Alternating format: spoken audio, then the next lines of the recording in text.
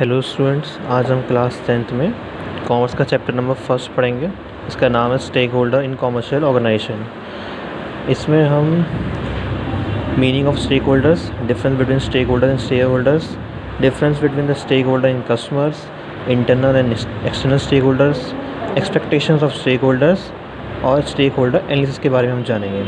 तो हम आते हैं मीनिंग ऑफ स्टेक होल्डर्स पर। The term stakeholder has developed from the word stake, which means an interest or expected benefit. Stakeholder therefore means all those individual groups and institutions which have a stake in functioning and performance of the commercial organization. Means क्या है, जो word है term stakeholder है वो कहाँ से develop किया गया है? From the word stake. किस मीन से? स्टेक से।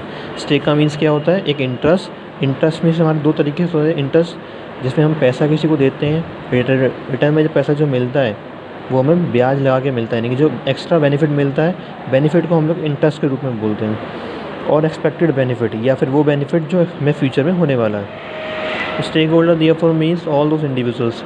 स्टेक होल्डर का मीन्स क्या है? वो सभी इंडिविजुअल यानी व्यक्ति, ग्रुप्स, समूह और इंस्टीट्यूशंस, संस्थाएँ which have the stake in functioning. Stake का मीन्स क्या था? इंटरेस्ट था। Which have the interest in functioning and performance of commercial organisation of a business enterprise. A person is said to be an stakeholder when the person has an interest in the organization.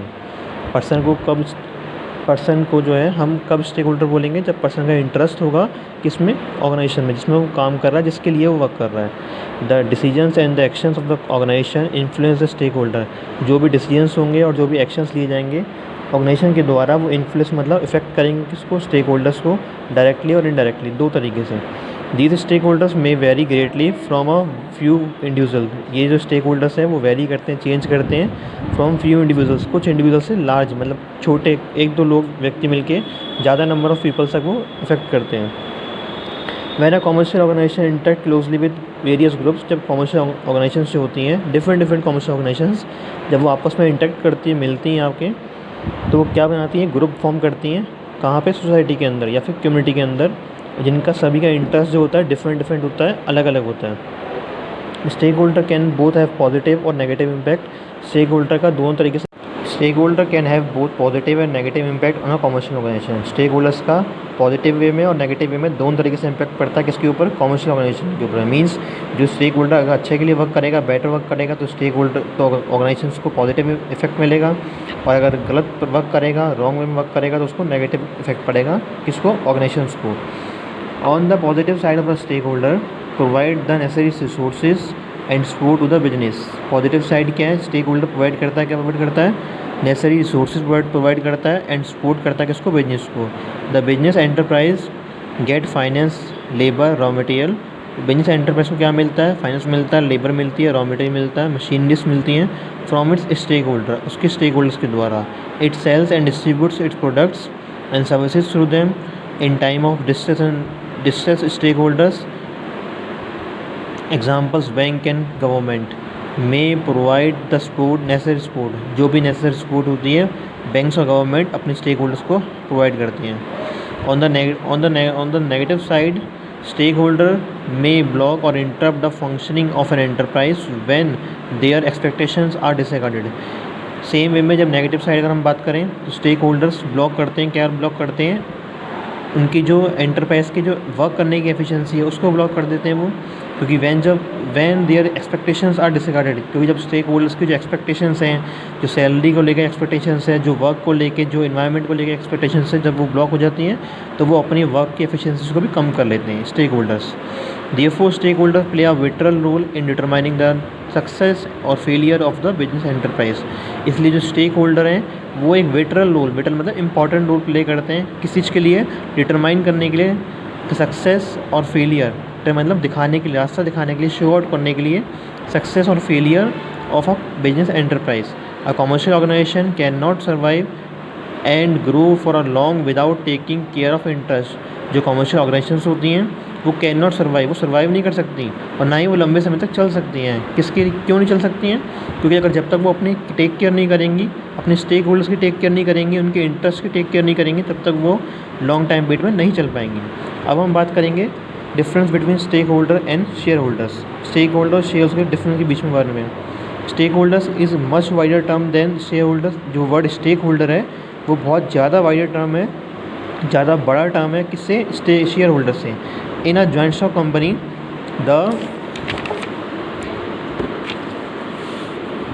The person and groups who own the shares of a company, वो person, वो व्यक्ति और वो group जो company के shares को hold करते हैं उसे हम क्या कहते हैं, शेयर होल्डर्स। मतलब वो व्यक्ति जो कंपनी के शेयर्स को परचेज़ करता है और उनको अपने पास रखता है for a long time period for earning profit, उसे हम क्या बोलेंगे, शेयर होल्डर बोलेंगे। They contribute the company's share capital, they कौन है यहाँ पे, शेयर होल्डर्स हैं। They contribute the company share capital and assume the risk of loss, और वो क्या एज्यूम करते हैं, रिस्क ऑफ लॉस, मतलब नुकसान होने का जो रिस्क है उससे लेके चलते हैं क्योंकि उन्होंने कंपनी में पैसा लगाया होता है अपना। In addition to the shareholders, customer, creditors, employee, government and other also have a stake in the company. इन सभी व्यक्तियों का क्या होता है, स्टेक होता है। स्टेक का मीन्स क्या था, इंटरेस्ट था कंपनी में इंटरेस्ट होता है। किस किस का, शेयर होल्डर्स का, कस्टमर्स का, क्रेडिटर्स का, एम्प्लॉयज़ का, गवर्नमेंट का। These all are known as shareholders, stakeholders. उसे हम सभी को क्या कहते हैं, स्टेक होल्डर्स कहते हैं। Thus shareholders are one out of several stakeholders, इसलिए जो शेयर होल्डर्स होते हैं वो वन आउट ऑफ एक व्यक्ति होता है, किस में से, सेवरल स्टेक होल्डर्स में। The term share holder is use only in connection with a joint stock company. जो टर्म शेयर होल्डर है वो कहाँ यूज़ किया जाता है, केवल connection with a joint stock company. Joint stock company वो कंपनी होती है जहाँ पर जॉइंटली वर्क किया जाता है, अलग अलग number of partners, unlimited number of partners और limited number of partners as decided by the company. वो जॉइंटली वर्क करते हैं, सेम गोल के लिए वर्क करते हैं, वहाँ हम बोलते हैं joint stock company. But the term stakeholder is use in connection with the all business enterprise. जो वर्ड शेयर होल्डर है उसको हम यूज़ करते हैं केवल जॉइंट स्टॉक कंपनी में, लेकिन जो वर्ड स्टेक होल्डर है उसको हम कहाँ यूज़ करते हैं, इन connection with the all business enterprise. जितने भी बिजनेस एंटरप्राइज हैं उन सभी के लिए हम वर्ड यूज़ करते हैं स्टेक होल्डर।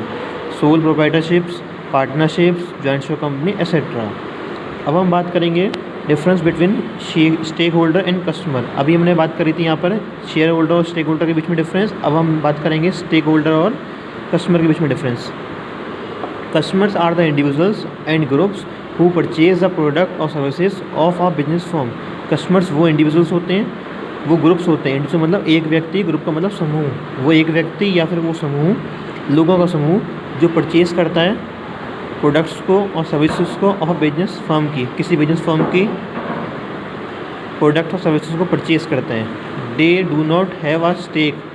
दे कौन है यहाँ पे, कस्टमर्स है। कस्टमर्स का स्टेक नहीं होता, यानी कस्टमर्स का इंटरेस्ट नहीं होता in the success of the firm and are therefore not stakeholder. उन सभी का सक्सेस ऑफ द फर्म, यानी जो फर्म की सक्सेस है उसमें कोई भी इंटरेस्ट नहीं होता है, देयरफॉर नॉट स्टेक होल्डर्स, इसलिए वो क्या नहीं कहलाते हैं, स्टेक होल्डर्स नहीं कहलाते हैं। The stakeholder is much wider term than customer. जो वर्ड स्टेक होल्डर है वो बहुत ज़्यादा बड़ा टर्म है, किससे, स्टेक होल्डर से। Customer are an important groups. Customer जो होते हैं इंपॉर्टेंट ग्रुप्स होते हैं। Business exist to earn profit through satisfaction. Customers are an important groups. Without customers business में कोई प्रॉफिट नहीं होगा, कोई इसमें शेयरिंग परचेसिंग नहीं होगी, तो कोई भी इंटरेस्ट नहीं रहेगा बिजनेसमैन का अपने बिजनेस को रन करने के लिए, अगर कस्टमर्स नहीं होंगे। To earn profit through satisfaction of the needs and wants of customers. Customers की वांट्स को, कस्टमर की नीड्स को सेटिस्फाई करके ही बिजनेसमैन प्रॉफिट अर्न कर सकता है, अर्न करता है। Customers is known as a king. इसलिए कस्टमर को हम क्या कहते हैं, किंग कहते हैं। किंग मतलब राजा कहते हैं। विदाउट कस्टमर कुछ भी नहीं होगा।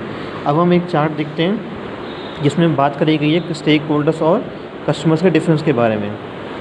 पहला पॉइंट दिया फाइनेंशियल स्टेक। फाइनेंशियल स्टेक मतलब पैसा, पैसे का स्टेक, मतलब स्टेक का मीन्स क्या था, इंटरेस्ट था। अब यानी पैसे से कितना इंटरेस्ट रहता है, किसका, स्टेक होल्डर्स का और कस्टमर्स का, दोनों में कितना कितना इंटरेस्ट है।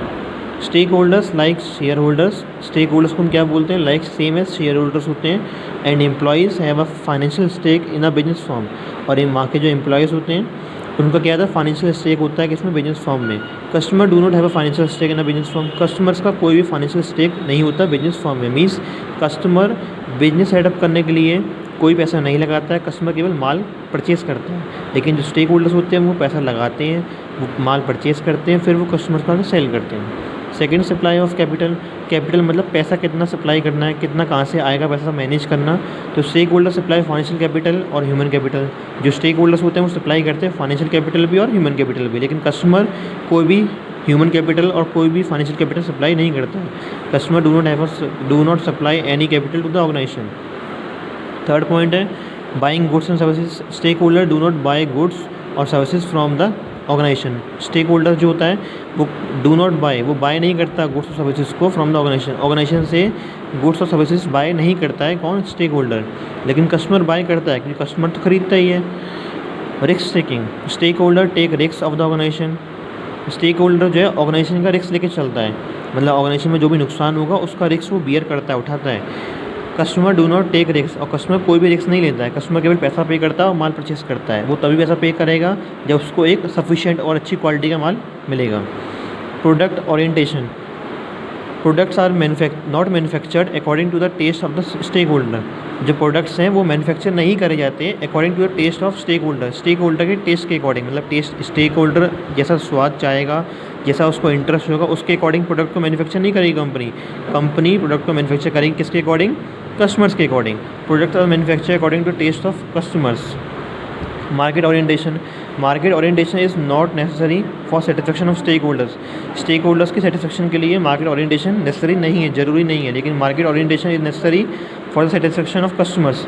कस्टमर के सेटिस्फेक्शन के लिए मार्केट ओरिएंटेशन बहुत ज़रूरी है। Sharing of profits. Sharing of profit मतलब प्रॉफिट शेयर करना है। Stakeholders share profit in a form of interest, dividend, wages and salary. Stakeholder जो होता है प्रॉफिट शेयर करता है किस फॉर्म में? इंटरेस्ट की फॉर्म में, डिविडेंड की फॉर्म में, वेजेस की फॉर्म में और सैलरी की फॉर्म में। Customer do not share profit of the commercial organisation. Customer कोई भी प्रॉफिट शेयर नहीं करता किसमें? कमर्शियल ऑर्गेनाइजेशन के अंदर। नेक्स्ट है participation in management. Stakeholder such as owners participate in the management of the organization. जो ऑनर्स होते हैं, मालिक होते हैं बिजनेस के, वो पार्टिसिपेट करते हैं किसी भी ऑर्गेनाइजेशन की मैनेजमेंट कमेटी में। लेकिन customer do not participate in the management of the organization. Customer outside the business work करता है, आउटसाइड द ऑर्गेनाइजेशन वर्क करता है, इसलिए वो पार्टिसिपेट नहीं करता क्योंकि कस्टमर केवल परचेज करता है माल को, वो कुछ भी इन्वेस्टमेंट नहीं करता। अब हम देखेंगे difference between shareholder and customers. Stakeholders. Shareholders are stakeholder as they have a financial stake in a company. Same point है stakeholder जैसा। Shareholders जो होते हैं stakeholders होते हैं क्योंकि उनका फाइनेंशियल इंटरेस्ट नहीं होता है, फाइनेंशियल स्टेक नहीं होता है कंपनी में। Customer are not stakeholders. Customer stakeholders नहीं होते as they do not have a financial stake, क्योंकि उनका फाइनेंशियल स्टेक नहीं होता है। बट शेयर होल्डर्स का फाइनेंशियल स्टेक होता है किसमें? कंपनी में। इन्वेस्टमेंट।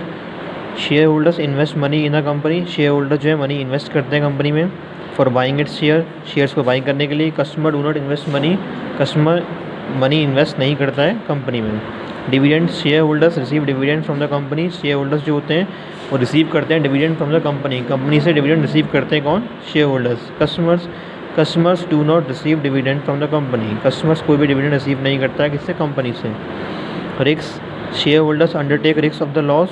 शेयर होल्डर जो है रिस्क लेके चलता है किसका? लॉस होने का, अपने इन्वेस्टमेंट के ऊपर जो कि उसने इन्वेस्टमेंट कंपनी के बेस पर किया होता है।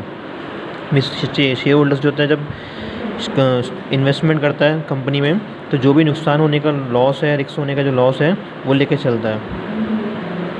Customer do not undertake the risk as they do not invest in the company. Customers कोई भी रिस्क नहीं लेता है क्योंकि वो कोई भी इन्वेस्टमेंट नहीं करता किसमें? कंपनी में। अब हम नीचे पॉइंट देखेंगे shareholders and creditors. Types of shareholders. They are internal stakeholders. Shareholders जो होते हैं वो इंटरनल स्टेक होल्डर्स होते हैं, लेकिन क्रेडिटर्स जो होते हैं वो एक्सटर्नल स्टेक होल्डर्स होते हैं। Nature of investment. They invest in the capital of the company. वो इन्वेस्ट करते हैं कैपिटल में, कैपिटल ऑफ द कंपनी की कैपिटल में इन्वेस्ट करते हैं। और क्रेडिटर्स जो होते हैं they only give loan to the company. वो केवल लोन देते हैं किसको? कंपनी को। Degree of risk. Shareholders जो होते हैं वो greater degree of risk assume करते हैं ऑफ लॉस ऑफ कैपिटल। अपने कैपिटल को लॉस होने के लिए, कैपिटल का लॉस होने के लिए शेयर होल्डर्स ज़्यादा रिस्क लेके चलते हैं, लेकिन जो क्रेडिटर्स होते हैं वो लेस रिस्क लेके चलते हैं। नुकसान उनमें कम होने चांसेस कम होते हैं क्योंकि वो केवल लोन देते हैं। जब हम किसी को लोन देते हैं तो हम उतना पैसा पूरे का पूरा रिकवर करते हैं, या तो उस पर्सन से या उस पर्सन की फैमिली से, जो कि हमारे पास रिटर्न प्रूव होता है। Profit sharing. ये वर्ड यहाँ पे शेविंग नहीं शेयरिंग है। They share in the profit of the company in a form of dividend. जो शेयर होल्डर्स होते हैं वो प्रॉफिट शेयर करते हैं कंपनी का किस फॉर्म में? डिविडेंड की फॉर्म में। They do not share in the profit of the company and receive only interest on their loan. वो कोई भी प्रॉफिट रिसीव नहीं करते हैं। कौन? क्रेडिटर्स कोई भी प्रॉफिट रिसीव नहीं करते हैं, वो केवल अपने जो पैसा लोन दिया होता है उसके ऊपर इंटरेस्ट चार्ज करते हैं, इंटरेस्ट रिसीव करते हैं। Membership, they are the members of the company having voting rights. They are the members, they कौन है यहाँ पे? शेयर होल्डर्स हैं। शेयर होल्डर्स मेंबर्स होते हैं कंपनी के और उनके पास वोटिंग राइट्स होते हैं। They are not member of the company, no voting rights. Creditors जो होते हैं वो मेंबर नहीं होते और उनके पास कोई भी वोटिंग राइट्स नहीं होता है। अब हम नीचे देखेंगे इंटरनल और एक्सटर्नल स्टेक होल्डर्स में डिफरेंस क्या होता है। मीन्स हम लोग डिफरेंस पढ़ेंगे अब हम किसके बीच में? इंटरनल्स और एक्सटर्नल स्टेक होल्डर्स के बीच में। Stakeholders, internal stakeholders who are involve in the business firm from within the organisation. Internal का मतलब इनसाइड से। Stakeholder who are involve जो कि शामिल होते हैं किसमें? बिजनेस फर्म में। From within the organization के अनसाइड यानी इनसाइड होकर वर्क करते हैं, वो are known as internal stakeholder. They consist of owners, shareholders, employers and employees of the organization. Means किसी भी ऑर्गेनाइजेशन में जो मालिक होता है, जो काम करने वाले होते हैं और जो शेयर होल्डर्स मतलब जो पैसा इन्वेस्ट करते हैं अपना, वो सभी क्या कहलाते हैं? इंटरनल स्टेक होल्डर्स कहलाते हैं। Shareholders as owners supply capital.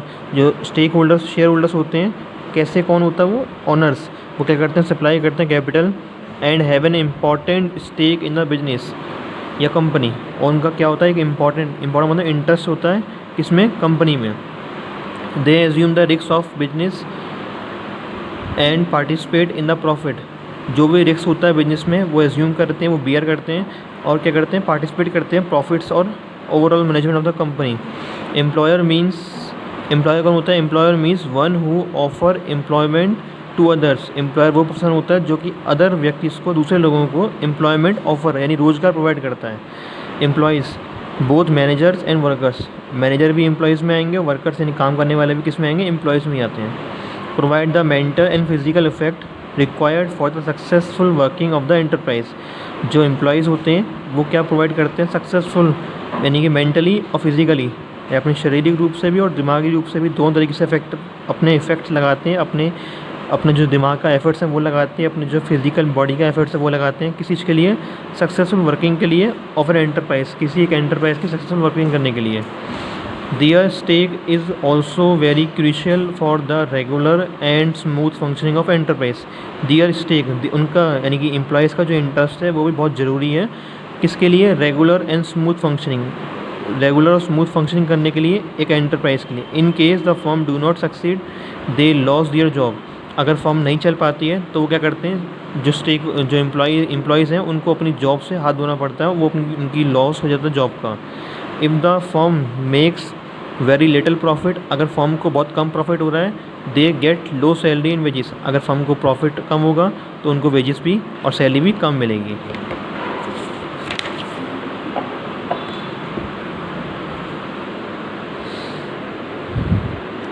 External stakeholders, external stakeholders who are contributing to the business enterprise from outside the organization are known as external stakeholders। वो stakeholders, वो व्यक्ति जो कि outside the business यानी कि business enterprise के बाहर रह के पैसा इन्वेस्ट करते हैं उसे हम बोलते हैं external stakeholders। They consist of creditors, suppliers, dealer, competitors, government, local community, media and society. Stakeholders may be classified into primary and secondary। Primary stakeholders such as owners, employees, creditors, dealers, suppliers and competitors have more efficient and closer interaction with the enterprise than secondary stakeholders such as government, media, local community and general public। Means primary stakeholders जो है ज़्यादा efficiently work करते हैं as compared to secondary stakeholders। यहाँ पे एक chart दिया हुआ है जिसमें डिफरेंस दिया हुआ है इंटरनल और एक्सटर्नल स्टेकहोल्डर के बीच में। इंटरनल स्टेक होल्डर्स में हम देखें तो position, they operate from inside the organization. External stakeholders they operate from outside the stake organization. Rule, they actively participate in the management and working of the organization. They do not participate actively in the management and working of the organization. Constituencies, they consist of employers, owners and managers and employees. Means इसमें कौन कौन involve होता है? Employer involve होता है, owner, manager और employees involve होते हैं। They consist of suppliers, customers, creditors, government and general public. यहाँ पे हम एक स्टार्ट होता है expectation of stakeholders. Means stakeholders की क्या क्या एक्सपेक्टेशंस होती हैं, किस किस से होती हैं। Every stakeholder group expect something. हर एक स्टेक होल्डर या हर एक स्टेक होल्डर्स का ग्रुप जो है वो एक्सपेक्ट करता है कुछ ना कुछ फ्रॉम अ बिजनेस ऑर्गेनाइजेशन से। The expectations of different stakeholders are stated below. जो एक्सपेक्टेशंस होती हैं अलग अलग स्टेक होल्डर्स की, वो अलग अलग नीचे बताई हुई हैं, दर्शाई हुई हैं। कि पहला पॉइंट है एक्सपेक्टेशंस ऑफ एम्प्लॉयर की, मालिक की क्या एक्सपेक्टेशंस होती हैं। स्टेक होल्डर जो होता है वो डिफ़र नहीं होता किससे, शेयर होल्डर से, वो सेम एज शेयर होल्डर होता है। पहला पॉइंट है safety of capital contributed by them. Means safety of capital, employer and stake shareholder expect. Employer जो होता है और जो शेयर होल्डर होता है वो क्या एक्सपेक्ट करता है, safety of capital contributed by them. जो भी उन्होंने कॉन्ट्रीब्यूट किया है यानी कैपिटल लगाया ये बिजनेस में, उसकी सेफ्टी रहे। मीन्स वो बेकार ना जाए, वो वेस्ट ना जाए, उसको प्रॉपरली यूज़ किया जाए। A fair and regular return, fair मतलब ईमानदारी से, और रेगुलर लगातार रिटर्न मिलता रहे। इन अ फॉर्म ऑफ, किसकी फॉर्म में, in a form of dividend on the capital. जो भी उन्होंने कैपिटल इन्वेस्ट किया था उस कैपिटल में उनको डिविडेंड मिलता रहे।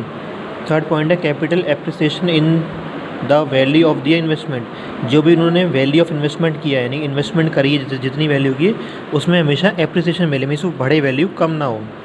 Accurate, up to date and regular information about the working and financial health of the company. Financial health of the company के बारे में उनको up to date means proper, regular और एक्यूरेट सही इन्फॉर्मेशन मिलती रहनी चाहिए। थर्ड पॉइंट है equal participation in policy decision of the company. Policy decision में इक्वल पार्टिसिपेशन रहे हर एक स्टेक होल्डर्स का। A public image of the company for which they can feel proud. और उनकी कंपनी का एक पब्लिक इमेज हो, उनकी गुडविल बने मार्केट में, जिसके लिए उनको बहुत प्राउड फील हो। नेक्स्ट टॉपिक है हमारा एक्सपेक्टेशंस ऑफ एम्प्लॉयज़। एम्प्लॉयज़ की क्या एक्सपेक्टेशंस होती हैं, जो काम करने वाले वर्कर्स होते हैं उनकी क्या एक्सपेक्टेशंस होती हैं। पहला पॉइंट है आइडियल एम्प्लॉयर्स एक्सपेक्ट। जो आइडियल एम्प्लॉयर होते हैं वो क्या एक्सपेक्ट करते हैं, security of job and continuity of service under congenial conditions. जो भी डिफ़िकल्ट कंडीशंस आती हैं, मीन्स तबाही वाली यानी डिज़ास्टर वाली कंडीशंस आती हैं, उसमें उनकी जॉब की सिक्योरिटी रहे। और कॉन्टीन्यूटी ऑफ सर्विस यानी कि तबाही के बाद, यानी कि जो डिफ़िकल्ट डेज आने के बाद उनकी जो सर्विस हैं वो ख़त्म ना हो, यानी उनकी जॉब लेफ्ट ना हो। A fair remuneration in a form of wages and salary. एक फेयर रेमुनेशन मिले किस फॉर्म में, वेजेस और सैलरी की फॉर्म में। थर्ड पॉइंट है safety and safe and comfortable working environment. उनको सेफ़ और कंफर्टेबल वर्किंग एनवायरनमेंट मिले। फोर्थ पॉइंट है various welfare facilities such as housing, medical care, social securities, provident fund etcetera, health etcetera. Means वो उनको लोगों को कि उनकी हेल्थ के लिए, उनके सोसाइटी के लिए, उनके मेडिकल के लिए, सब चीज़ों के लिए प्रॉपर फैसिलिटी मिले। किसके द्वारा, एम्प्लॉयर के द्वारा। ये कौन एक्सपेक्ट करता है, एम्प्लॉयज़ एक्सपेक्ट करते हैं अपने ऊपर, अपने बिहाफ पर। फिफ्थ पॉइंट है opportunity for education, self development, promotion and career growth. Means employees क्या एक्सपेक्ट करते हैं कि उनको अपॉर्चुनिटी मिलनी चाहिए, किस चीज़ के लिए, एजुकेशन के लिए, और किस चीज़ के लिए, सेल्फ डेवलपमेंट, अपना खुद का विकास करने के लिए, और प्रमोशन एंड कैरियर ग्रोथ, उनका प्रमोशन भी हो और उनके कैरियर में ग्रोथ भी हो। नेक्स्ट पॉइंट है opportunity to participate in the profit and management of the organization. उनको अपॉर्चुनिटी मिलनी चाहिए, उनको कौन, एम्प्लॉयज़ जो हैं, एम्प्लॉयज़ को अपॉर्चुनिटी मिलनी चाहिए, पार्टिसिपेट कर सकें in the profit and management of the organization. जो भी प्रॉफिट है मैनेजमेंट के, और जो भी हम लोग मैनेजमेंट के द्वारा जो भी डिसीजन लगे उसमें वो इक्वली पार्टिसिपेशन कर सकें। Quick and fair redressal of grievances. Mean जो भी उनकी प्रॉब्लम्स हैं उनको सॉल्यूशन मिले तुरंत। क्विक एंड फेयर रिडर्सल का मीन्स क्या होता है, प्रॉब्लम सॉल्यूशन। रिडर्सल में सॉल्यूशंस और ग्रीवेंसेस मीन्स प्रॉब्लम्स। मीन्स जो भी उनकी प्रॉब्लम्स हैं उनका सॉल्यूशन एम्प्लॉयज़ को तुरंत मिले। Protection of trade union rights. जो भी ट्रेड यूनियन राइट्स हैं उनकी प्रोटेक्शन रहे, उनके अगेंस्ट में जाके कोई भी एम्प्लॉयर वर्क ना करे एम्प्लॉय के लिए। नेक्स्ट टॉपिक है एक्सपेक्टेशन ऑफ सप्लायर्स। अब जो माल सप्लाई कर रहा है उसके लिए क्या एक्सपेक्टेशन है, वो क्या एक्सपेक्ट करेगा, fair price for the supplies. जो भी वो सप्लाईज कर रहा है उसको फेयर प्राइस पे करें या मिलनी चाहिए। Regular and timely payment according to credit term. जिसको उसने माल सप्लाई किया है उसके द्वारा उसको पेमेंट टाइम से मिले, जो भी क्रेडिट के यानी उधार देने के जो भी टर्म्स एंड कंडीशंस हैं। Reasonable terms of delivery and payment. जो भी टर्म्स एंड कंडीशंस हैं डिलीवरी, माल को डिलीवर करने के लिए और पेमेंट करने के लिए, वो बहुत रीजनेबल होनी चाहिए, बहुत हायर नहीं होनी चाहिए। Fourth point, regular order for supply. Supply के लिए रेगुलर ऑर्डर आना चाहिए, मीन्स यानी एक आज ऑर्डर आ गया उसके बाद हफ्ते दिन बाद आ रहा है या 15 दिन बाद आ रहा है, नहीं ऐसा। रेगुलर ऑर्डर आना चाहिए, मीन्स जो भी टाइम पीरियड, एक नॉर्मल टाइम पीरियड का गैप है वही रहे, ज़्यादा गैप ऑर्डर के लिए ना रहे। Fifth point, correct information about the companies financial position. जो भी कंपनी की फाइनेंशियल पोजीशन है उसकी सही इन्फॉर्मेशन मिले। Six point, health and cooperative inter business relationship, means healthy होना चाहिए और कॉर्पोरेटिव मीन्स आपस में सहयोग करने वाला, सप्लायर के बीच में और माल परचेस करने वाले के बीच में जो रिलेशनशिप है वो बहुत हेल्दी होना चाहिए, स्ट्रॉन्ग होना चाहिए, वो छोटी मोटी बातों से ब्रेक डाउन नहीं होना चाहिए रिलेशनशिप। नेक्स्ट पॉइंट है expectations of creditors, safety of the loan given by them to the enterprise. Creditors मतलब वो लोग जो उधार देते हैं, लोन देते हैं, एज अ लोन पेमेंट करते हैं, ठीक है। यानी कि safety of loans given by them to the enterprise, enterprise को जो भी वो लोन पे कर रहे हैं उस लोन अमाउंट की सेफ्टी रहे कि उनको वो रिटर्न में मिलेगा। Regular payment of interest at the specific time, जो भी उन्होंने लोन दिया है उसके ऊपर जो भी इंटरेस्ट बन रहा है उसका पेमेंट टाइम टू टाइम होता जा रहा है। फिर थर्ड पॉइंट है return of loans on the expiry of the specific time period, जो भी टाइम पीरियड के बाद रिटर्न ऑफ लोन मिले उसको, यानी उसका जो लोन का अमाउंट है वो वापस मिले after the expiry of time period. Accurate and up to date information about the financial health of the enterprise, जो भी हेल्थ अप टू डेट और एक्यूरेट बिल्कुल सही और टाइम टू टाइम इन्फॉर्मेशन मिलती रहनी चाहिए। Financial health of the enterprise means जो ऑर्गेनाइजेशन वर्क कर रही है, जो ऑर्गेनाइजेशन एट प्रेजेंट रन हो रही है उसकी कैसी कंडीशंस है, क्या फाइनेंशियल कंडीशंस हैं, उसके बारे में इन्फॉर्मेशन मिलती रहनी चाहिए। Security in a form of mortgage of assets और personal guarantee by owners of the enterprise, enterprise के ओनर के द्वारा उस लोन अमाउंट को रिसीव करने से पहले एज अ सिक्योरिटी कुछ उस क्रेडिटर को प्रोवाइड होनी चाहिए ताकि वो क्रेडिटर सिक्योर रहे कि मेरा लोन अमाउंट के अगेंस्ट में मुझे एक सिक्योरिटी का अमाउंट मिल चुका है। नेक्स्ट टॉपिक है एक्सपेक्टेशंस ऑफ एसोसिएट्स और कंपटीटर्स, मीन्स वो पर्सन जो एसोसिएट्स भी हैं और कंपटीटर्स भी हैं। Fair trade practices regarding price, quality and services, means fair trade practice रहे रिगार्डिंग किस atmosphere of healthy competitions and ethical behaviour and atmosphere of healthy conditions, जो भी एटमोसफेयर है कंपटिशंस का वो हेल्दी रहे। मीन्स ऐसा नहीं हो कि एक दुकान है सिंपली वो सामने वाले से कंपटीशन फेस आउट कर रहा है तो दोनों के बीच में कोई पुरानी दुश्मनी चल रही है, उसके ब्याह पर कोई भी कंपटीशन ना लड़ा जाए, एज अ फ्रेंडली और हेल्दी कंपटीशन फेस आउट किया जाए एक दूसरे के बीच में अपने एटमोसफेयर के आसपास। Corporation among competitors to ensure the growth of entire industry, corporation among competitors, corporation में सहयोग, जो कंपटीशन फेस आउट कर रहे हैं आपस में जो कंपटीशन कर रहे हैं वो एक दूसरे को सपोर्ट भी करें। To ensure the growth of entire industry, पूरी इंडस्ट्री की ग्रोथ के ब्याह पर, पूरी इंडस्ट्री की ग्रोथ को बढ़ाने के लिए जो दो व्यक्ति हैं, जो दो से ज़्यादा व्यक्ति जो कंपटीशन कर रहे हैं आपस में वो सहयोग भी करें पूरी इंडस्ट्रीज़ को। Respect for intellectual property rights, और जो भी इंटेलेक्चुअल प्रॉपर्टी राइट्स हैं उसकी रिस्पेक्ट करी जाए। नेक्स्ट पॉइंट है एक्सपेक्टेशंस ऑफ गवर्नमेंट, गवर्नमेंट क्या एक्सपेक्ट करती है। To follow the laws and regulation of the country, country के लॉज एंड रेगुलेशन फॉलो किए जाएँ। To pay the all taxes regularly honestly in time, और हॉनेस्टली और regularly time पे हम जो बिजनेसमैन है, जो स्टेक होल्डर्स हैं वो टैक्स को पे करें। To avoid corrupting public servants, public servant सरकारी जो लोग होते हैं उनको उनके द्वारा या उनको लोगों को करप्टिंग करना यानी उनके साथ धोखाधड़ी करना, ये सब स्टॉप होना चाहिए। To make proper use of scarce resources of nation, जो रिसोर्सेज बहुत कम हैं हमारे स्टोर्स में गवर्नमेंट की स्टोर्स में गवर्नमेंट ने जो सिक्योर करके रखे हुए हैं उनको हम लोग बहुत प्रॉपरली यूज़ करें, उनके वेस्टेज ना होने दें। To assist in solving national problems like poverty, unemployment, unbalance regional growth etc. To assist in solving means to help out in solving the national problems like poverty, unemployment, unbalanced growth. To avoid monopoly and concentration of economic power, avoid करें हम monopoly को बढ़ने से और concentration of economic power की wastage होने से, concentration means wastage होने से हम लोग economic power को बचाएं। नेक्स्ट टॉपिक है expectations of general public, यानी जनरल पब्लिक में सोसाइटी हो गई। सोसाइटी और कम्युनिटी क्या एक्सपेक्ट करती है। To protect the environment from all type of pollution, means environment को सभी प्रकार के पॉल्यूशन से बचाया जाए। फिर है to provide socially desirable products in according with the national interest and priority, means वो लोग क्या प्रोवाइड करें, to provide socially desirable products, means ऐसे प्रोडक्ट प्रोवाइड करने चाहिए सोसाइटी को कि जिसके हिसाब पर नेशनल इंटरेस्ट की वेस्टेज नहीं हो, नेशनल इंटरेस्ट को कोई भी नुकसान नहीं हो, और वो रीन्यूएबल रिसोर्सेज हो जिनको हम लोग दोबारा यूज़ कर सकें। To help weaker section of society by giving them preference in employment and other fields, जो वीकर सेक्शन है सोसाइटी के उनको हेल्प करें by giving them preference, means उनको एम्प्लॉयमेंट दे के और दूसरे रोज़गार प्रोवाइड करके। To improve standard of living of people by promoting educational, medical and cultural institutions. To improve standard of living peoples का इम्प्रूव करें कैसे, बाय प्रमोटिंग एजुकेशन प्रोवाइड करके, मेडिकल हेल्प प्रोवाइड करके और कल्चरल इंस्टीट्यूशन प्रोवाइड करके। To denote funds for charitable and public servants activities, denote करें क्या, funds denote करें चैरिटेबल ट्रस्ट को और पब्लिक वेलफेयर एक्टिविटीज़ के लिए, यानी कि समाज की भलाई के लिए जो भी हम लोग फंड्स डिनोट कर सकते हैं हम लोग उसको चैरिटेबल ट्रस्ट को दें ताकि समाज का भला हो सके, समाज के किसी को काम आ सके। To preserve social and cultural values, social और कल्चरल वैल्यू को प्रिजर्व कर सकें। To respect human rights including rights of women and children, वो human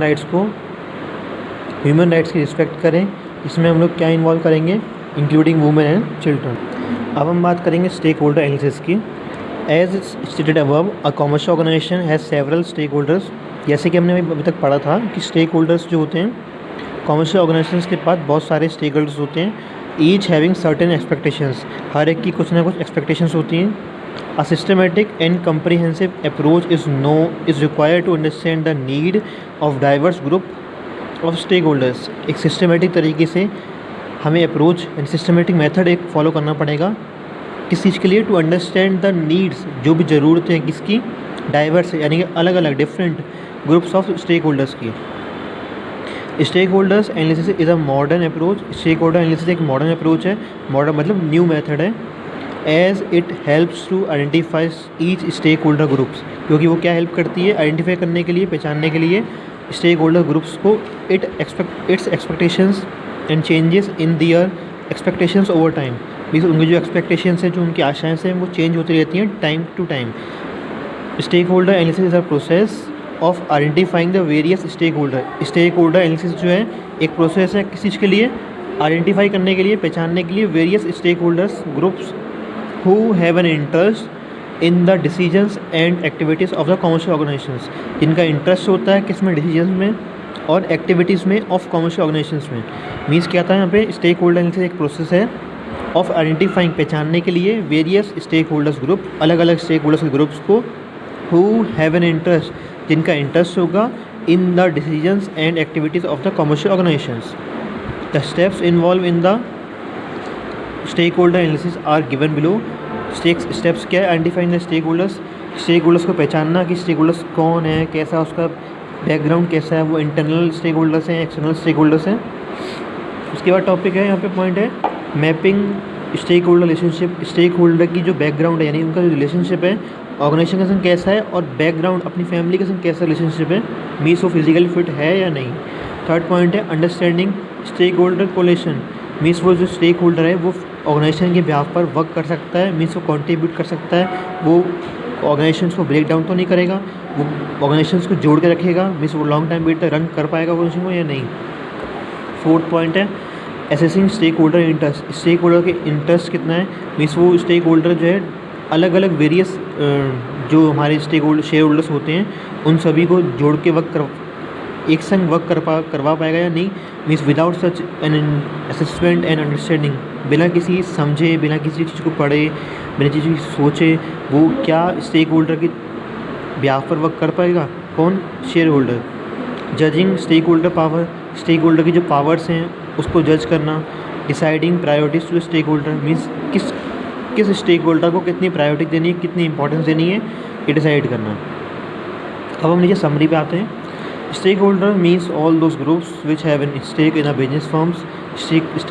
share holders are one type of a stakeholder जो शेयर होल्डर्स होते हैं वो one type, एक प्रकार होते हैं किसका, एक टाइप होते हैं, वन काइंड होती है किसकी, स्टेक होल्डर्स की। Customer are another type of stakeholder, जो कस्टमर है वो सेकंड टाइप है स्टेक होल्डर्स की। Shareholders, managers and workers are internal stakeholders.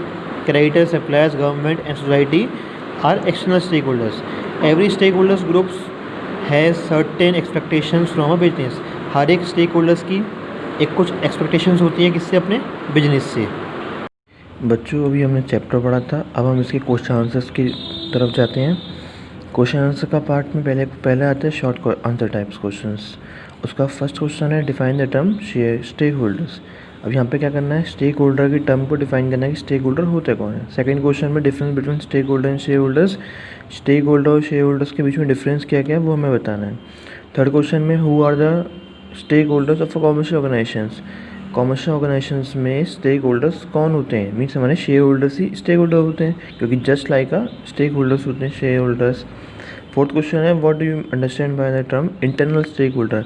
Internal stakeholders कौन होते हैं, इंटरनल स्टेक होल्डर वो होते हैं जो कंपनी के या ऑर्गेनाइजेशंस के इनसाइड रह के वर्क करते हैं, यानी कि इनका एक्टिव पार्टिसिपेशन होता है। What do you mean by the term external stakeholders, external stakeholders वो होते हैं जो कंपनी के आउटसाइड रह के वर्क करते हैं, उनका एक्टिव पार्टिसिपेशन नहीं होता कंपनी के अंदर या ऑर्गेनाइजेशंस के अंदर। State any two expectations of a stake associations from the business enterprise, business enterprise से एसोसिएट्स की क्या दो एक्सपेक्टेशंस होती हैं। What is stakeholder analysis, stakeholder analysis क्या होता है। स्टेक होल्डर एनालिसिस एक प्रोसेस होती है किस चीज़ की, आइडेंटिफाई करने की वेरियस स्टेक होल्डर्स को, ग्रुप्स को who have an interest in the decisions and activities of the business organisation, जिनका इंटरेस्ट होता है बिजनेस के डिसीजंस में और एक्टिव पार्टिसिपेशंस में। What state any two expectations of employees from business concern, business concern से employees की क्या एक्सपेक्टेशंस होती है, क्या आशाएं होती हैं। और बच्चों ये बहुत इंपॉर्टेंट चैप्टर है, इसके अच्छे से एक बार रीड करना, अच्छे से समझना है इसको। क्वेश्चन नंबर 9 है mention any two expectations of suppliers from the business concern. दो एक्सपेक्टेशन किसकी, सप्लायर्स की, किससे, बिजनेस कंसर्न से। State any two expectations of shareholders from a business concern, दो एक्सपेक्टेशन किसकी, शेयर होल्डर की, किससे, बिजनेस कंसर्न से। Discuss distinguish between internal stakeholder और एक्सटर्नल स्टेक होल्डर, वही सेम क्वेश्चन जो हमें डिफरेंस बताया, जो हमें चार्ट हमने रीड किया था। State any two expectations of competitors from the business concern, competitors की दो एक्सपेक्टेशन बताने किससे, बिजनेस कंसर्न से। Difference between stakeholder, shareholder and creditor, ये हमने भी चार्ट भी पढ़ा था पीछे।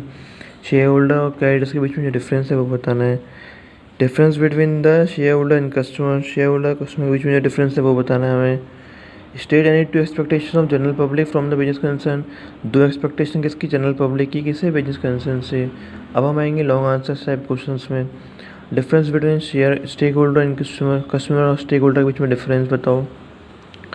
Explain the expectations of internal stakeholder in the organisation, internal stakeholder की एक्सपेक्टेशंस मीन्स क्या था हमारे पास। इंटरनल स्टेक होल्डर्स कौन होते हैं, हमारे पास एम्प्लॉयर्स होते हैं, एम्प्लॉयज़ होते हैं, ये इंटरनल स्टेक होल्डर्स होते हैं, इनकी जो एक्सपेक्टेशन बतानी है, इनकी एक्सपेक्टेशन बतानी है। हम उसमें 4 या 5 पॉइंट मेंशन कर सकते हैं।